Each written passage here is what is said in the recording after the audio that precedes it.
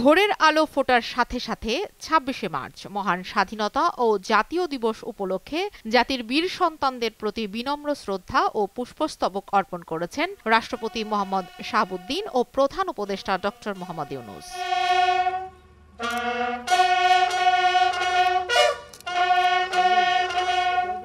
ভোর ৫টা ৫০ দিকে প্রথমে রাষ্ট্রপতি এবং তার পরপর ৬টার দিকে প্রধান উপদেষ্টা জাতীয় স্মৃতিসৌধে শ্রদ্ধা জানান।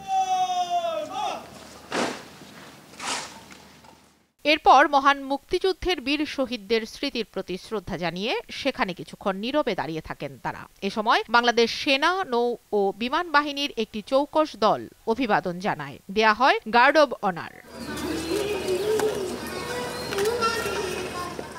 এছাড়াও প্রধান বিচারপতি সহ একে একে বিদেশি কূটনীতিক, বিভিন্ন রাজনৈতিক ও সামাজিক সংগঠন সহ বিভিন্ন শ্রেণী পেশার মানুষ শ্রদ্ধা জ্ঞাপন করেন।